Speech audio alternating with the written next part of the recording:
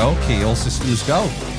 Hello and welcome to another episode of the Honest Inquisition, episode 356 on Sunday, the 1st of December, the first Sunday of Advent. Yes indeed. Yes, how ironic, not ironic, auspicious. Yes. An auspicious day because tonight we're very happy to be joined by our very special guest down the line from the East Coast of the US of A, researcher, author and mystery school aficionado, Marguerite Rigoglioso. How are you doing, Marguerite? Oh. I think I've... we have just lost audio. We're just going to have to remove the US.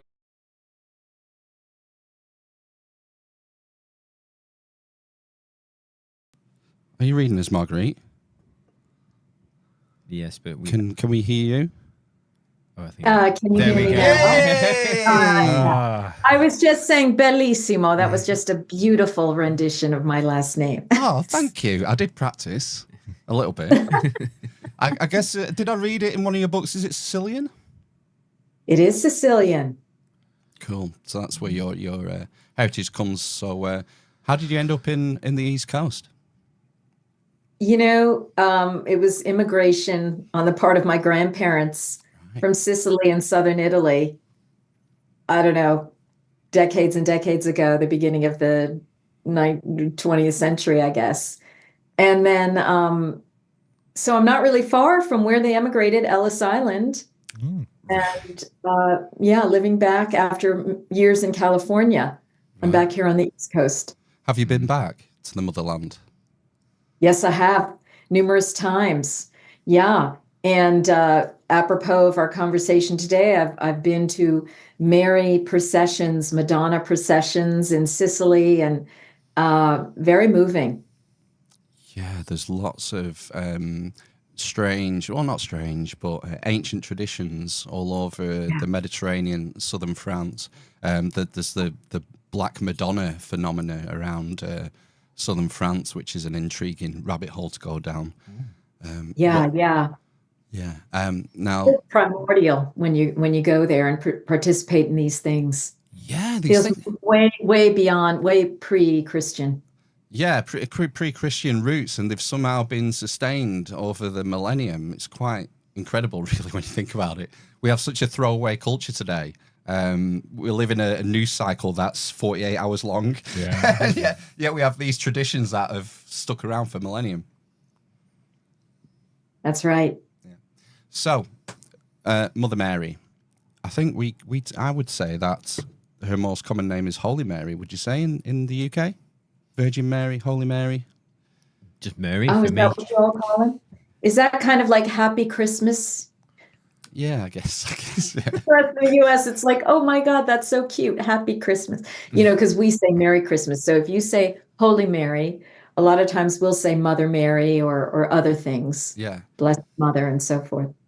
She has this, people have this perception of Mary as being like quite a passive character, someone who's not really involved in the story and sort of on the sidelines. And from what I've gathered from your books, this couldn't be further from the truth. Exactly. That's precisely why I've written this, to dispel that false image of her as a passive, almost receptacle, victim, if you will, of the happenstance of Jesus coming to the earth. And correct, she was the orchestrator of the entire advent of Yeshua to the planet and more, which I know we'll talk about. Yeah. And this is focused on this mystery tradition of divine conception. In fact, I've got a picture of the latest book here, which is The Secret Life of Mother Mary.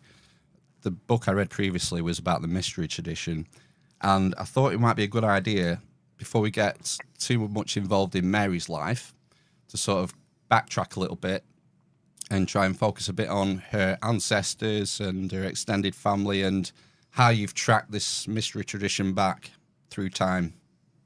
Yeah, and it really is, as we're recording this, it's the perfect month to be doing it, because this is the month of Mary's miracles. So the first miracle being celebrated on December 8th, they call it the Feast of the Immaculate Conception, but what it really means and what it originally was celebrating was Mother Mary's miraculous conception from her mother Anne or Hannah, right?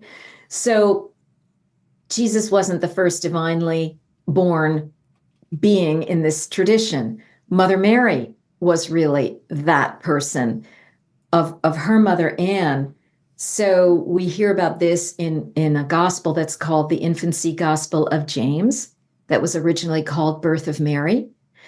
And then we also have, of course, Mother Mary's divine birth of Jesus, celebrated on the 25th, or it was connected up with those pagan holidays.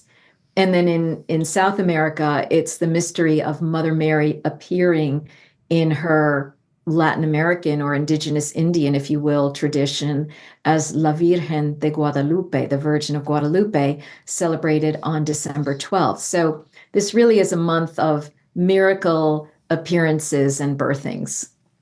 Excellent. And as well as Mary, you talk about other females of note. You talk about Elizabeth, and even going back to the wives of some of the patriarchs like Sarah. Can you tell us a bit about what you found out about Sarah and the birth of Isaac? Yeah, and so we see that Grandmother Anne and Mother Mary were both aware of Sarah, the biblical Sarah, the wife of Abraham in the Bible, and the mother of the divinely born Isaac, right? Somehow later in life, Elizabeth was able to have this, not Elizabeth, but Sarah was able to have this conception despite her advanced years. And what I talk about in the mystery tradition of miraculous conception, the previous book, is that this was a lineage of women who knew how to do divine birth. They were priestesses who were trained in this in family lines and so forth. And we hear in Philo, the writer, the ancient writer Philo, that really all the matriarchs had this kind of divine conception associated with them. Moses' wife Zipporah, Rachel, Leah, etc. And so there was something that was going on in this ancient, if we would call it Jewish or Hebrew tradition, that was part of what was going on in that part of the world, that we can see going back all the way to Sumer and ancient Iraq, with the Naditu priestesses. You know, there's all of this kind of activity and training on the part of these women that I talk about in the mystery tradition of miraculous conception. And then really fast forward to Anne, Hannah, divinely conceiving Mother Mary, also in her elder years. And then Elizabeth, their relative, which actually in the Islamic tradition, there's a suggestion that Elizabeth was Anna or Hannah's sister. So this really was a family affair, and Elizabeth gave birth to John the Baptist, again, famously in the Christian Bible, John the Baptist, divinely born, once again. So it was really, truly a family affair, and this is always the case. I discovered in ancient Greece, prior to this, you know, these women operated in lineages. They would teach their daughters or their granddaughters how to do this. And so this is something that's, you know, I've been uncovering over the last, going on 20 years now, through my work. So in Mary's milieu, Elizabeth and she were part of a circle of 8 women who conceived. It seems that they were together as a circle of 8 or a wheel of 8 who were involved in this divine conception ritual. That is what is suggested in this infancy gospel of James, again, birth of Mary gospel. And so, again, this was something that really was going on in the ancient world that we know of in the Levant coast, Egypt. The pharaohs were said to have been born in a kind of a way that had to do with the divine conception as well, and so forth. Horus as well, presumably. Yeah, Horus from Isis, because according to Rudolf Steiner, the great seer, and I feel this is a truth, Isis was Mother Mary's previous incarnation, you see. And so in that lifetime as Isis, she was perfecting her knowledge of resurrection skills as well as conception skills. And yes, she gave birth to the Horus through a kind of a divine union with Osiris, but he was already on the other side of the veil. He was really no longer in the physical. And then by the time she's Mother Mary, this female being is able to purely parthenogenetically conceive in and of herself without any other male actor. She becomes married to herself. She becomes the yin yang. She becomes the sacred hermaphrodite. And that's how she's able to conceive Jesus. Wow. So we've got to a point where Mary has been conceived. What does her childhood look like from your research? It's very specialized.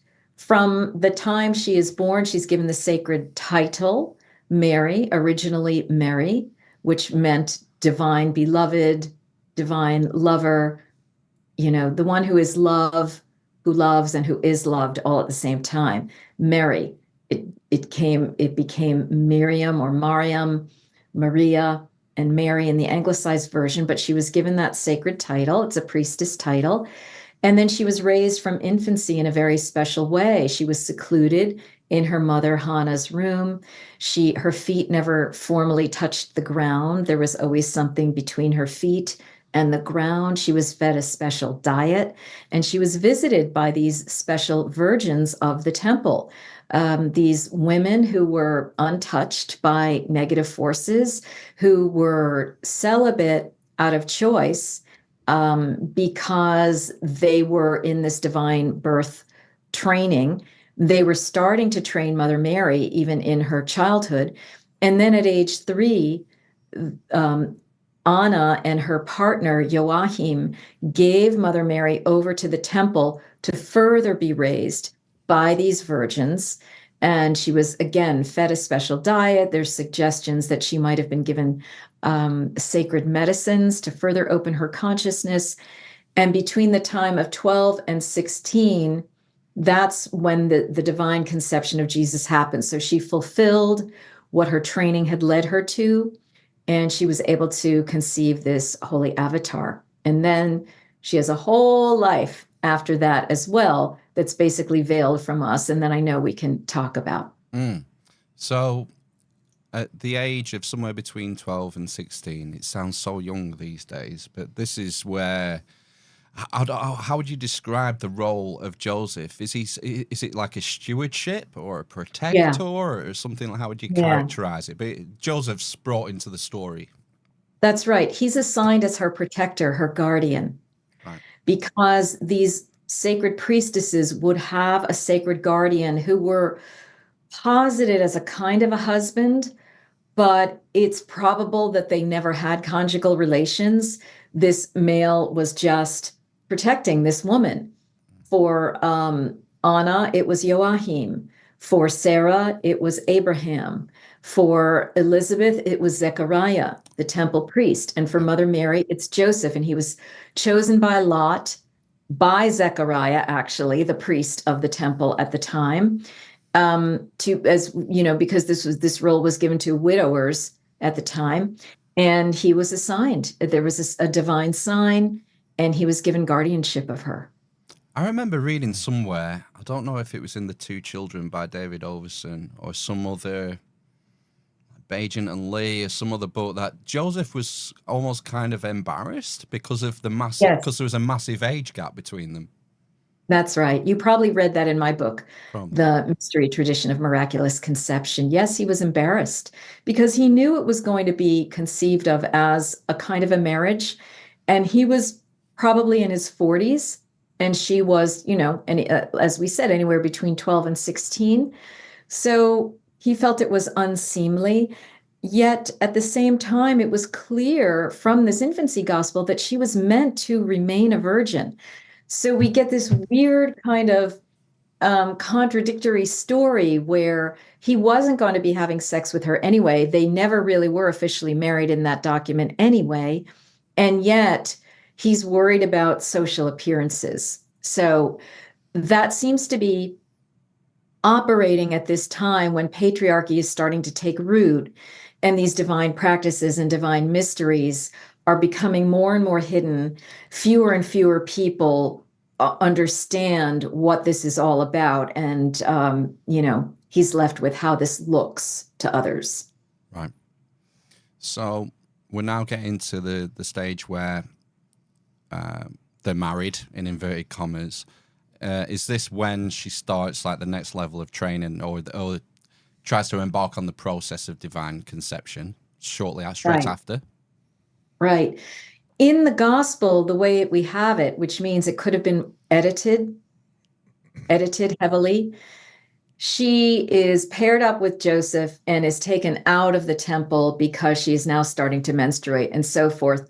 And that her divine conception of Jesus takes place in his home, where he has a well and he's away, this sort of thing. However, scholars have discerned that at the deepest level, the original gospel indicates that she conceived while she was still in the temple, and she was working with the well at the temple rather than the well in Joseph's house. So it seems that there was some action on the part of clerics later on who wanted to change the story. But what I think is that he did have guardianship of her, but I think that originally the story is that she did divinely conceive in the temple, and then she might have gone and lived with him. And he already had children by a previous woman, so she was also a stepmother, and it's a whole thing. And I think you purport in the Miraculous Conception book that the author of the apocryphal text that you've cited might have been Joseph's son from the previous marriage. The James in question probably isn't James, Bishop of Jerusalem, but James. It could be. It could be. He is the one who could have stayed around. And when they talk about this James, brother of Jesus, this is probably the one, the very one who wrote this gospel in secrecy, in hiding, because they were all being persecuted and killed and so forth. Eventually popped up and emerged and took leadership over the early church. Right, got you. So tell us about the actual process, the actual conception process. You mentioned the threads and the weaving, which is really interesting imagery, and the women working together. So explain to us how you think this all worked. Yeah, what we can tell, Phil, from this gospel, and also cross-referencing it to other research I had done in ancient Greece, we see the following elements that were used in this divine conception.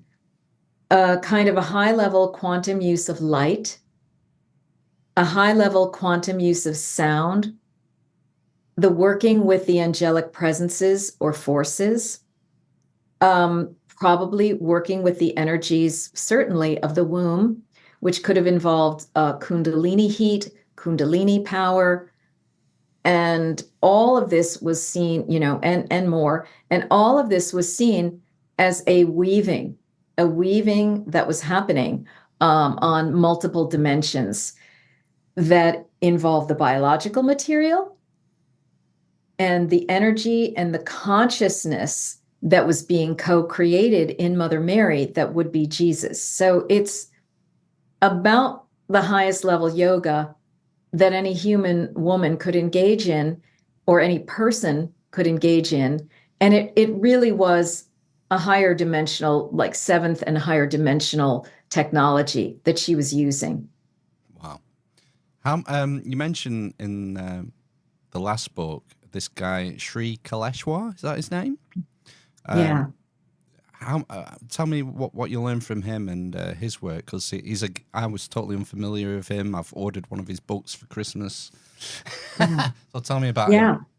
Yeah, excellent, because he's great. I mean, he is considered a Hindu saint by many, who lived, I believe he was 36 or 39. He had his samadhi, or crossing over, in 2012. So he was here briefly to teach people in his various small circles, in India, in Europe, and in the United States, various things. And one of the major teachings that he gathered the information for from ancient palm leaf manuscripts was called the Holy Womb Chakra System. And he is the one who really illuminated for me in a big way who Mother Mary was and is. He also said that in addition to her using the mantras and the yantras that were part of these palm leaf manuscripts, she, Jesus, and Mary Magdalene contributed knowledge to these palm leaf manuscripts. And he claimed to have past life remembrance of being with them during this time, of Jesus walking on the planet and being crucified and being resurrected, and that Mother Mary was using all of these womb technologies and powers that she had developed, not only to divinely conceive Jesus, but also to resurrect him, to resurrect his spirit, bring it back together from it being smashed to smithereens. And according to him, Jesus was resurrected body and soul, and actually went to India after the resurrection. Now, whether you hold to that story, because we do have evidence in India that Jesus was there, and I think this is a whole other level of unveiling that's going to be happening. Whether you adhere to that, or that he was resurrected, his soul was resurrected so that he could continue to operate on the astral plane and help people, is really up to you. I feel that both timelines, or both possibilities, are legitimate. But what I really appreciated from Kaleshwar is his exoneration, his unveiling of Mother Mary, and the tremendous role that she had in this whole enterprise of, the two major things that are the foundation for a certain religion. Again, the divine birth and the divine death. Right. Yeah, fascinating. This divine womb chakra, is this something that's different and separate from your sort of standard chakra system? Yeah, it's like an overlay over really the whole pelvic region, as I understand it. It is separate from, though related to, the second chakra, and it is related to the womb, but it's something that kind of in a way has a life of its own, and its main anchor point is through what Kaleshwar called the Nada Bindu point, which is in all people, about 1.5 inches below the navel. It's a floating point. And I see it as kind of a portal, the portal to the womb energy, that you can access all the way back up through your mother line, and all the way up to the original mothers, and all the way up to Mother Divine, writ large. So there are practices that you can use to clear the womb, and men can do this too, to clear their womb energy, and then empower it. And these mainly have to do with, again, the recitation of mantras, and then the use of diagrammatic drawings that help you to receive divine information by looking at those geometries that are offered. Wow. In these drawings. One of It's something that I have been certified to teach as well. cool. One of the mantras you mentioned is actually related to the name Miriam and how it's broken down, the etymology. Yeah. So, Ma, Hri, and Om are syllables that you find in ancient mantras of the Eastern traditions. Ma and Om are pretty much universally found.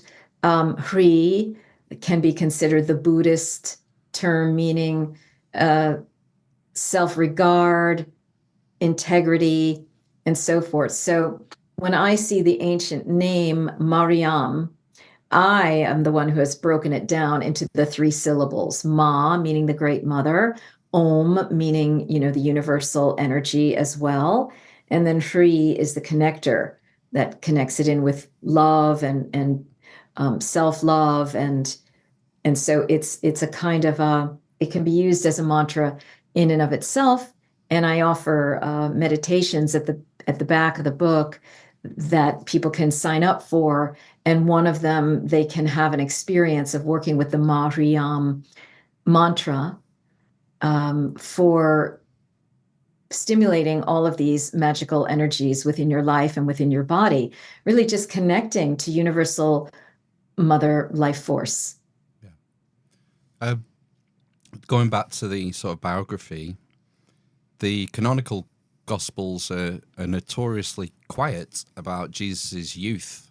And it kind of, well, I mean, the nativity is only in 2 Gospels, and after that, it pretty much is all quiet until he's an older child.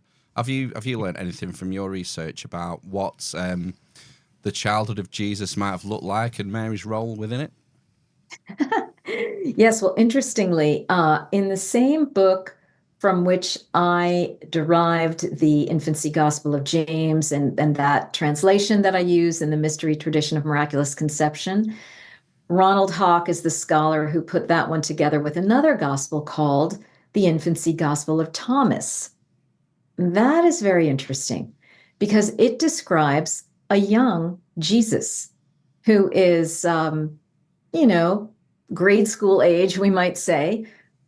And the description of him is rather shocking.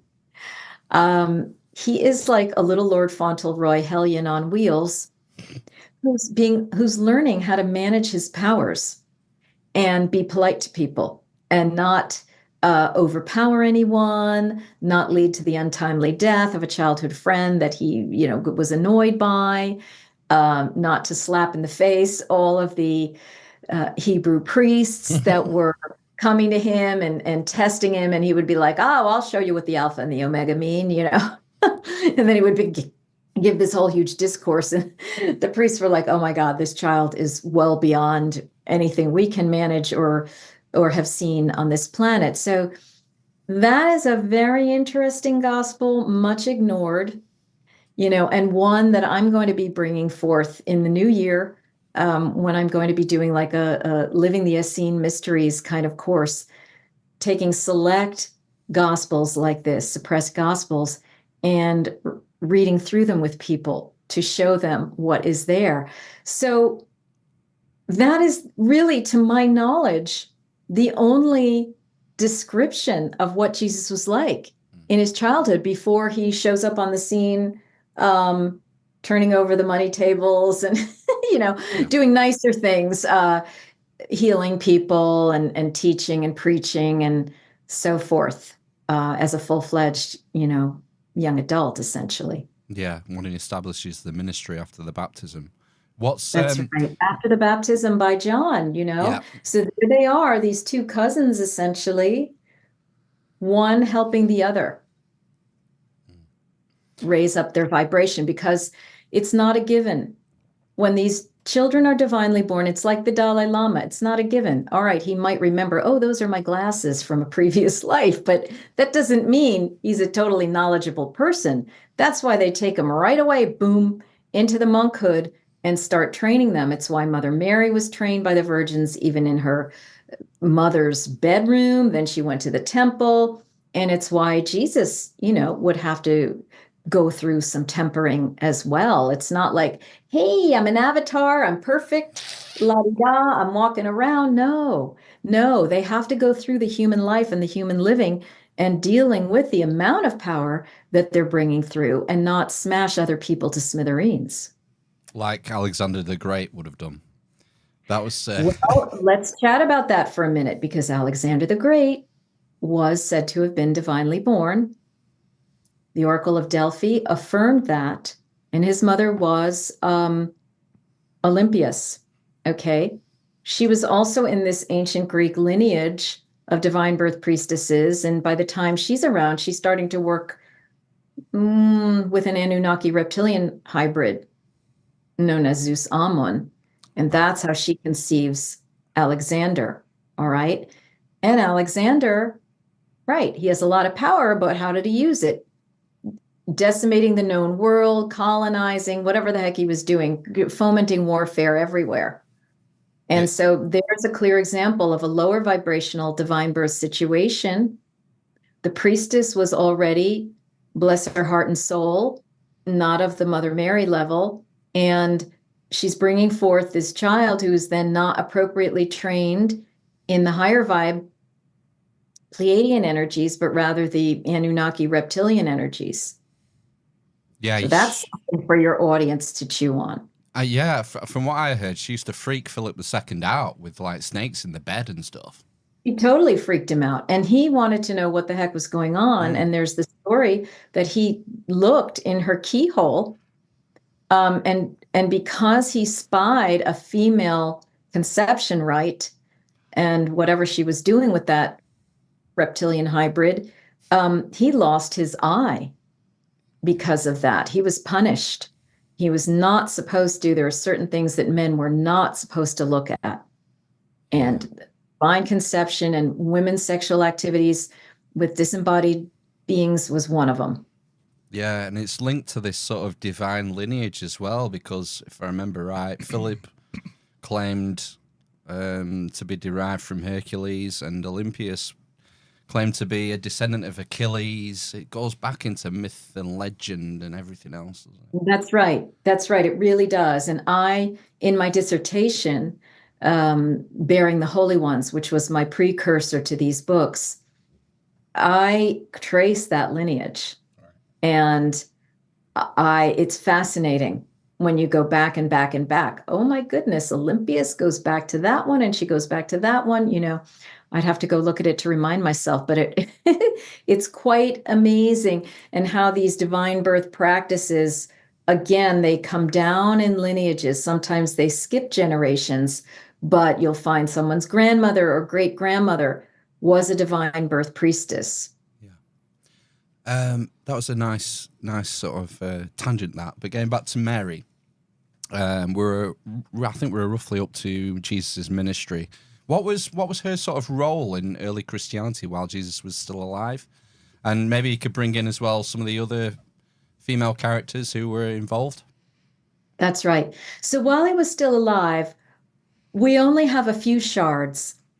One is in the canonical Gospels, where she's with him. They're at the wedding of Cana.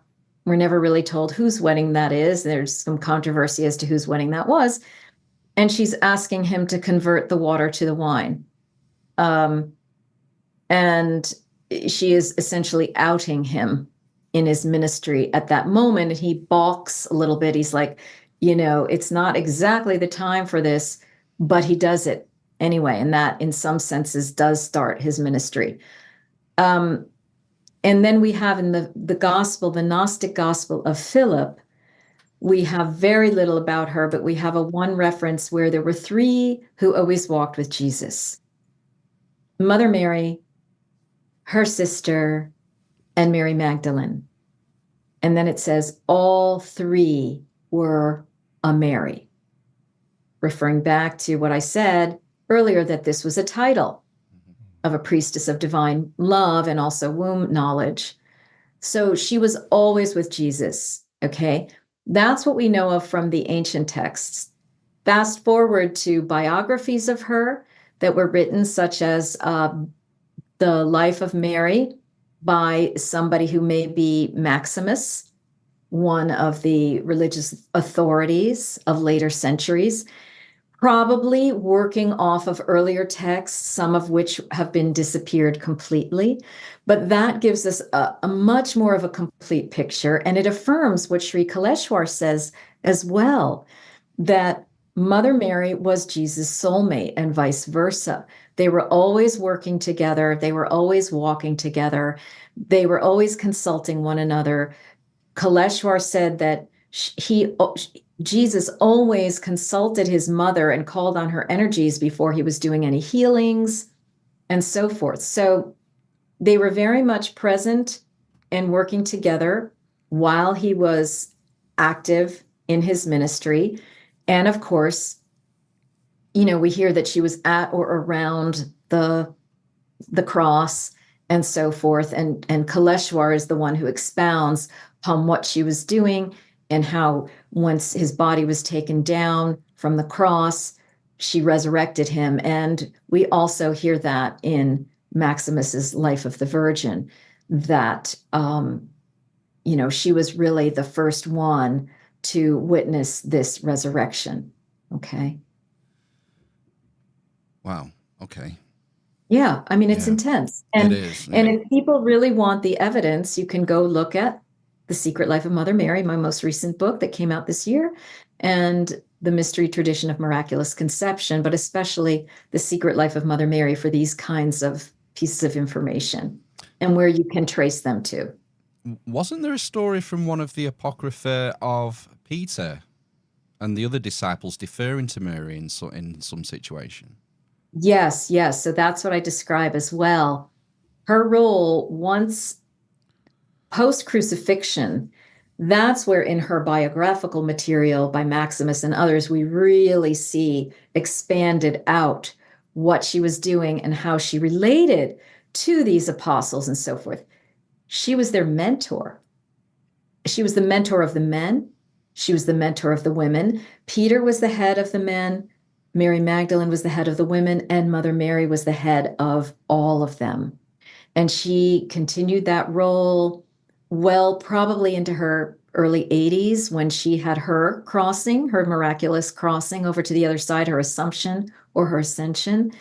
And yes, Peter was very honoring of Mother Mary, whereas he had trouble with Mary Magdalene. And there are various places where we hear about that competition. And he was annoyed by that she was so talkative and smarter than him, essentially. He would always defer to Mother Mary. And she was the one who was like, no, Peter, you do it. You do this, you do that. And so it was a very, very respectful relationship that Peter had with Mother Mary. We've mentioned her a couple of times. Another important Mary from this episode, Mary Magdalene. And you mentioned that Mary is more like an honorific or a title. What about Magdalene? Is that a similar sort of thing, or? Yeah, it is. What I've discovered in my extended research is that the title actually ultimately means the elevated guardian watchtower of humanity. Wow. That's a lot to live up to. That's right. And if there was anyone to do it, it was Mary Magdalene, because she was on the ascension path, from day one, from as soon as she connected up with this sacred family, and probably before that. Which is why we know and remember her now, because she did achieve that level of superior ascension, if you will, so that she could be available along with Mother Mary to help humans. And she does serve as a guardian watcher. All right. Watcher in the positive sense, because we have a bunch of negative watchers that are mentioned in some of these suppressed gospels and so forth, and they seem problematic.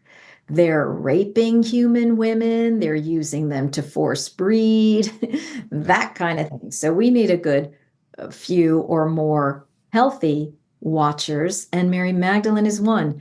She not only serves as that watcher, but she serves as that mentor to others then who want to raise themselves to the level of watchers, guardian watchers of humanity. And that's what's happening now. And I work with women. I have a priestess training, the Mary and Magdalene priestess training, where we are going through rungs of initiation to raise our vibration to just that sort of thing. Yeah. Do you, is it your feeling that Mary Magdalene was of noble birth?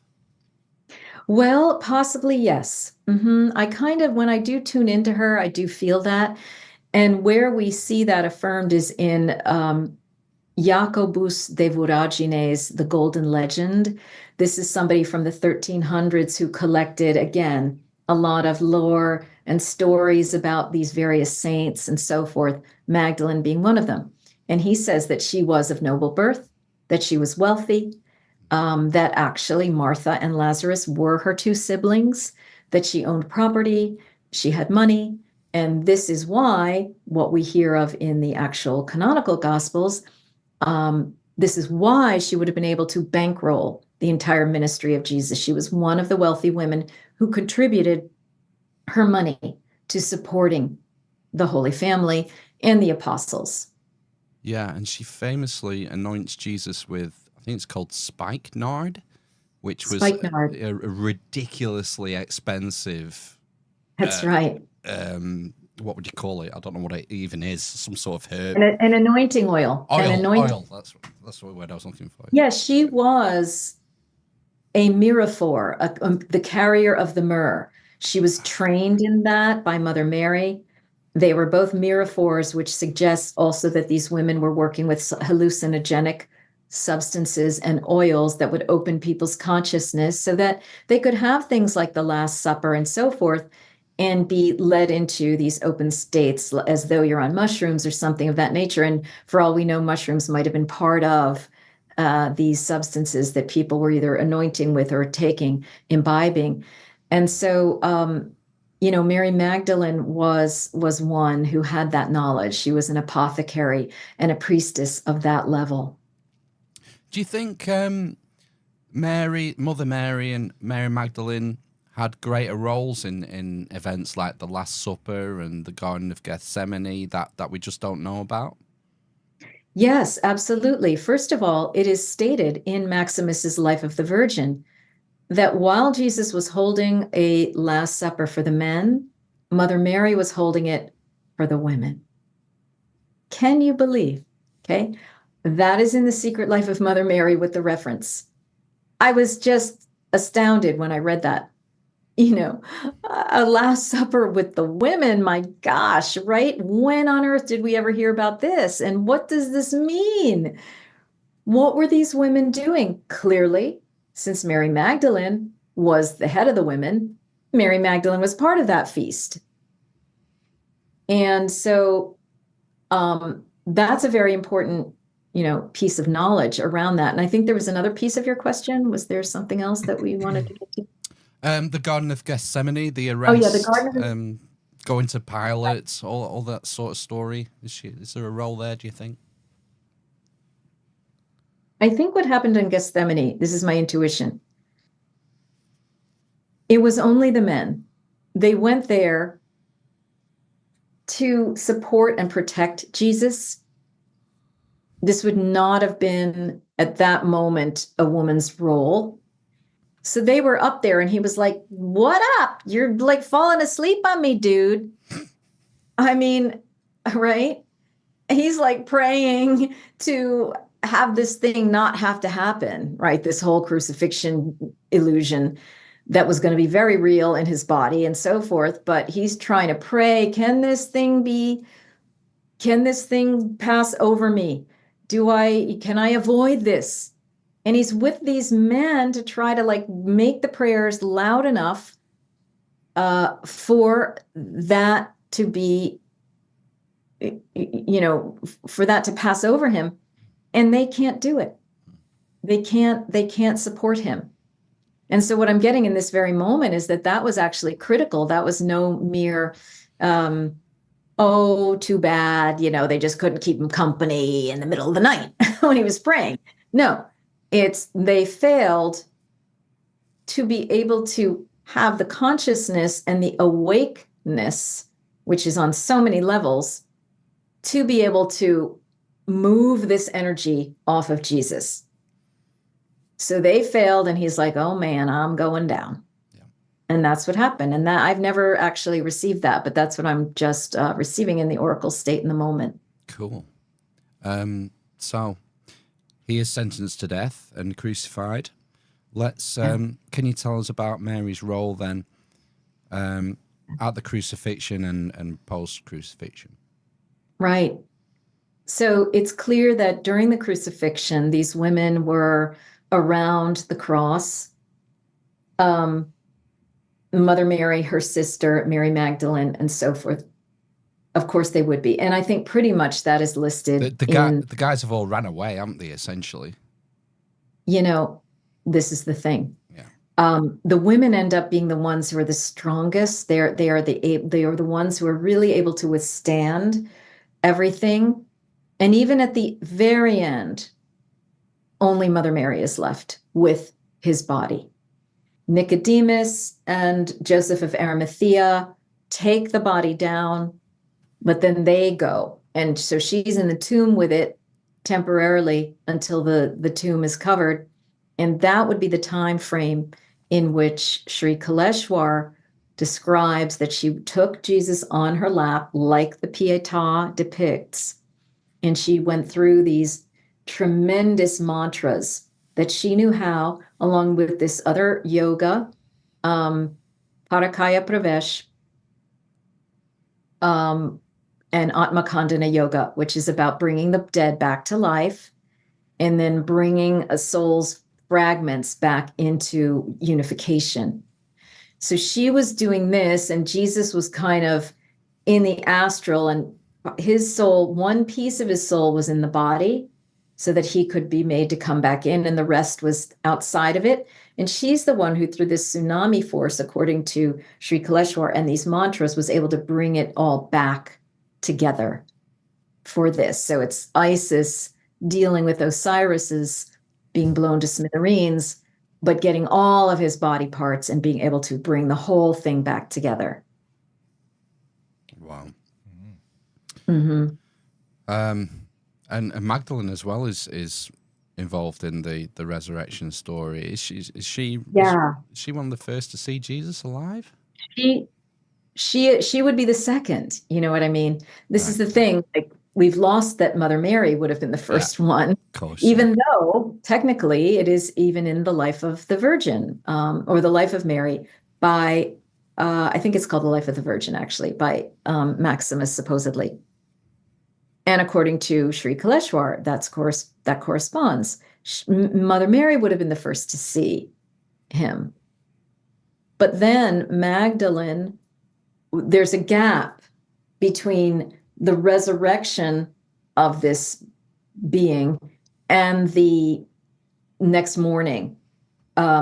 When the women are trying to come to apply the myrrh to the body to help the transition of the soul in the other realm into the other realm and so forth, they one of the uses of the myrrh was for the bodies of those who were deceasing, and in that 3-day transition period, right, to help the soul go and then help the body not decompose mask in the smell. To mask the smell.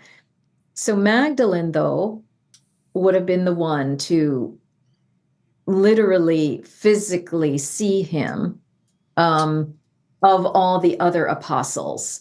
And because she was there in the early morning with the anointing jar and so forth, and some of the other women were with her.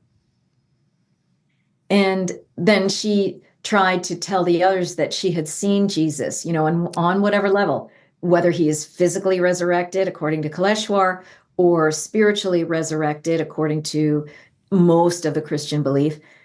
She saw him on some level reconstituted, and she tried to tell the male apostles, and they were all like, I don't know.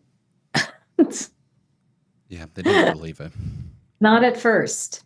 They kind of had led along. Right. So, we've got to the resurrection.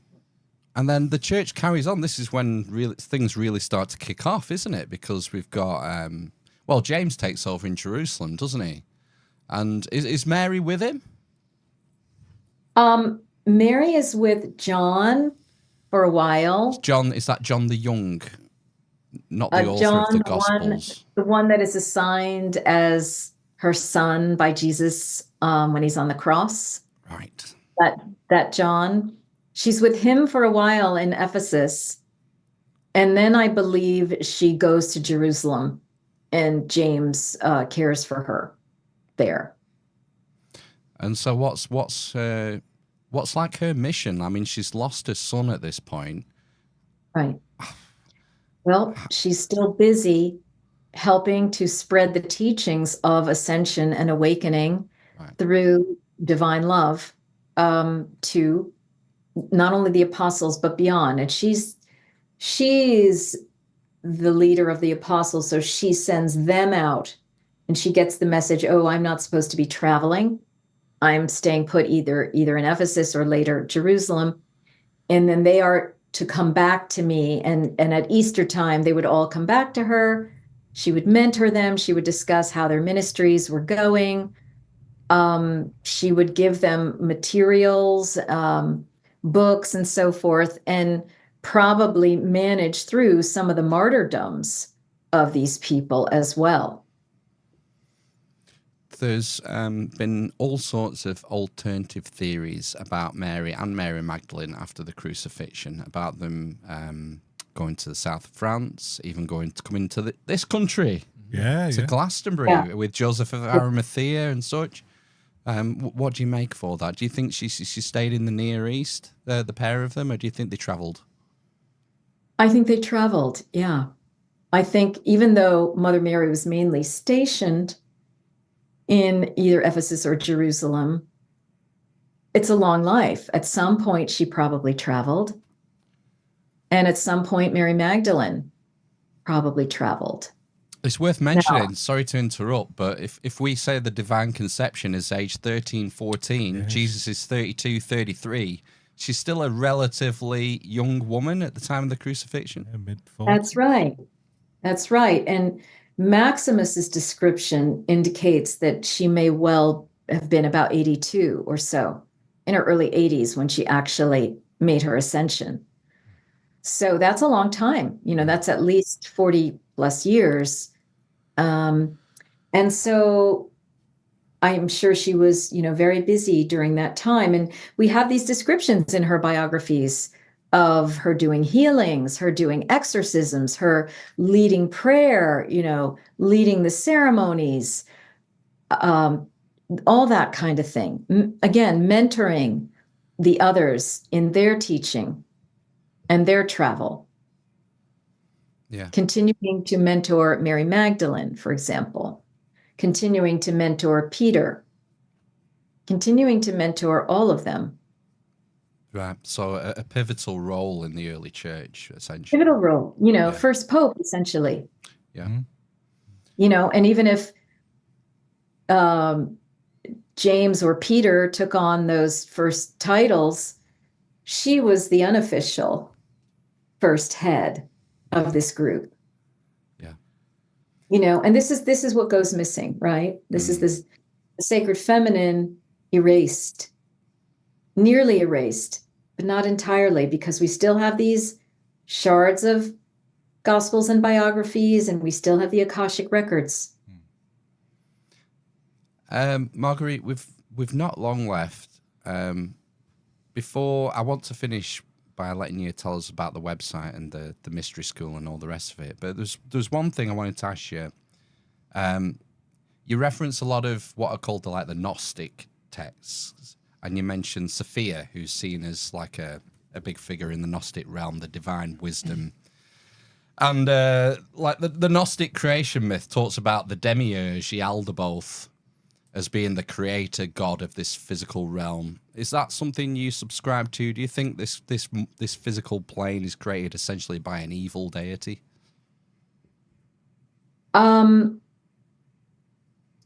Both and. I think that, yes, And there was a lot of positive angelic influence. And that affects both the material realm as well as the biological realm, the human DNA realm, both and. So what we're doing is we're trying to either unify or integrate or dissolve the negative into the positive. And that's what we're working on every level of the hologram, starting with our own human healing that is needed, our human emotional healing and the restoration of our awareness that we are divine angelic beings ultimately, and then developing that and redeveloping a world from that. So it kind of answers your question, I guess. Yeah. I have one side question. We went on a little segue earlier about the conception rituals and Alexander the Great being purportedly a divine conception, or as a result of a divine conception, bringing us sort of closer to the present day. Is when did this stop? When was the knowledge lost, if it was lost, and who's the most recent, I guess, claim to to be a divine birth? Yeah. Well, it did continue on, and it continued on in some of the royal lines. King Arthur, Guinevere, and Merlin were all divinely born. Now, you can already start seeing in their stories, and I've talked about this in a class that I teach. They were already starting to get interfered with by the negative forces. All of those conceptions were problematic. And I could go into details of that, perhaps another show or whatever. But they were trying to hang on to the Essene lineage and reincarnational process that was part of Jesus coming in. And, so Arthur and Guinevere are the latter day Magdalene and Yeshua. But again, real problematic stories there. Physical warfare, internecine manipulation of relationships and, all that kind of thing. But I consider King Arthur and Queen Guinevere the last legitimately divinely born monarchs, because all the monarchs were meant to be divinely born, and they were meant to rule in pairs. Of course, big attack by the archonic forces onto that, and look at what we have today. So Do you not think Trump was divinely conceived? Wow. Totally excellent question. Marguerite's going to do a whole oracle show on that one. So these are the things we're dealing with. We're dealing with half-baked situations, people that are part good, part really bad, which is all of us, which is why we have to keep on with this inner healing, which is why the sacred family is still working with us and available to help us with this very process. It's the same now as 500 years ago, as 2,000 years ago, as whenever, 4,000 ISIS, whatever it was. Okay. So we're all still in this same process. It's ongoing, it's living, and it's meant to propel us forward as a human race. Well, Marguerite, before we let you go, you should tell us all about the website. The link's in the show notes and it's up on the screen anyway. But tell us about the website and all the sort of supplementary material that people can get from there. Yes. So if you go to 7sistersmysteryschool.com, at 7 spelled at E, and you can see some of the many things that we offer. Anywhere from free offerings to on-demand classes to, ongoing this Mary and Magdalene priestess training, cacao ceremonies, different ways, and my monthly Mary and Magdalene Empowerments Circle, which is a subscription that you can join in if you're curious to experience the Marys in the fragrance through which I'm working. And you can get on our email list and find out more and be kept abreast of things. You can always go to the Marguerite Rigoglioso YouTube channel and find many of these videos, these interviews that I've done. I do an oracle, a live oracle every couple of months on my Bridging Dimensions show and so forth. So those are two excellent ways to find out more and to see what you can sign up with. And if you purchase the book, The Mystery or The Secret Life of Mother Mary, you'll see that at the back is listed the URL by which you can sign up for the free meditations. There's a meditation that goes with each chapter, and that's another really wonderful way to dive more deeply into a lived experience with these women. Yeah, and try and reignite this ancient tradition. Bring it back, baby. Yeah, why not? That's right. Yeah. That's right. It never really disappeared, but it got kind of quiet or subverted, and now we're just amplifying the volume and clearing and cleaning up what we need to around it. Cool. Well, this has been fabulous, Marguerite. I can't thank you enough for joining us. Yeah, thank you. Thank you, Phil, Matt, Ben. Really wonderful to be here. I truly appreciate your time. Ditto. Yeah, it's been great. I'll drop Roxy an email tomorrow with a load of links. And what about another book? Have you got another book in your, Marguerite? Are you working on something? Not at the moment, but we'll see. It might be the one on Guinevere and Arthur. Oh, I would love that. I love Arthurian legends. So yeah. Space. Get on that. You've got give it 12 months. Have it done. All right, my deadline. Okay, fantastic. Thanks for joining us. We'll be back in 10 minutes, folks, for part 2. Check out all the links in the show notes. Yeah. All the rest of it. Right. Hey, lots of love. See you, Marguerite. Have a nice weekend. Bye-bye. Bye. Bye.